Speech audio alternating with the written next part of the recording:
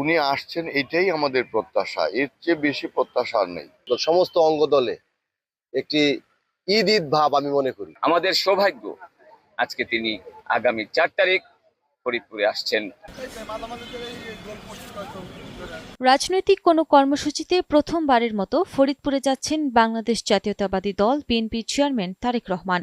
বহুল প্রত্যাশিত এই আগমনকে কেন্দ্র করে জেলা জুড়ে বিরাজ করছে উৎসবমুখর পরিবেশ। দলীয় নেতাকর্মীদের মধ্যে দেখা যাচ্ছে ব্যাপক উৎসাহ, উদ্দীপনা ও প্রাণচাঞ্চল্য। দলীয় সূত্রে জানা গেছে, আগামী 4 ফেব্রুয়ারি বুধবার সকাল 11টার দিকে ঢাকা থেকে হেলিকপ্টার যোগে ফরিদপুরে যাওয়ার কথা রয়েছে তার।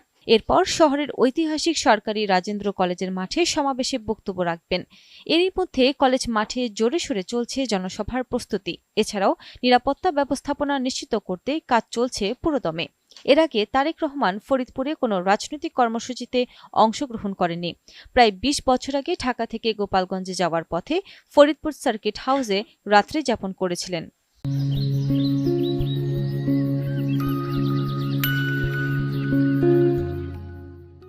এই অঞ্চলের বিএনপি নেতা কর্মী এবং যারা জাতীয়তাবাদী আদর্শে বিশ্বাস করে, গণতন্ত্রে বিশ্বাস করে, তাদের জন্য অত্যন্ত আনন্দের এবং সুখ যে 17 বছর আমরা আমাদের চেয়ারম্যানকে কাছে থেকে দেখার জন্য আমরা অপেক্ষা করেছি, সারা বাংলাদেশ অপেক্ষা করেছে। সেই আমাদের চেয়ারম্যান জনাব তারেক রহমান সাহেব আমাদের ফরিদপুরে আসছেন। উনি আসছেন এটাই আমাদের প্রত্যাশা, এর চেয়ে বেশি প্রত্যাশা আর নেই। এই আগমনকে উপলক্ষে আমাদের ফরিদপুরে যারা বিএনপি, যুবদল, ছাত্রদল, স্বেচ্ছাসেবক দল, কৃষক দল, সমস্ত অঙ্গ দলে একটি ঈদ ঈদ ভাব আমি মনে করি। আমাদের সকলের ভিতরে একটা প্রাণ চঞ্চল ভাব চলে আসছে যে আমাদের প্রিয় নেতা, আমরা এতদিন পরে 20 বছর পরে তাকে আমরা কাছে পাচ্ছি। এই জন্য আমরা সকলেই উৎসাহ উদ্দীপনায় আছি এবং কখন 4 তারিখে আসবে আমরা এইটাই সকলেই কল্পনা জল্পনা, এখন কখন 4 তারিখ আসবে।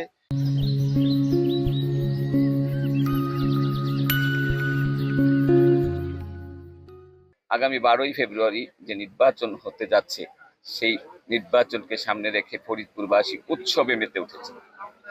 এর ভিতরে নতুন উৎসব আরেকটি যোগ হয়েছে, সেটা হলো আমাদের দলীয় চেয়ারম্যান জনাব তারেক রহমান সাহেব। তিনি দীর্ঘদিন ফ্যাসিবাদের আক্রমণে দেশ ছাড়তে বাধ্য হয়েছিল।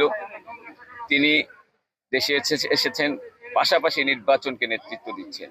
আমাদের সৌভাগ্য আজকে তিনি আগামী 4 তারিখ ফরিদপুরে আসছেন। নির্বাচনী জনসভা, বৃহত্তর ফরিদপুর বিভাগ অর্থাৎ সাংগঠনিক বিভাগ 5টি জেলার সমন্বয়ে সকল প্রার্থীকে ফরিদপুর থেকে, এখান থেকে তিনি পরিচয় করিয়ে দিবেন।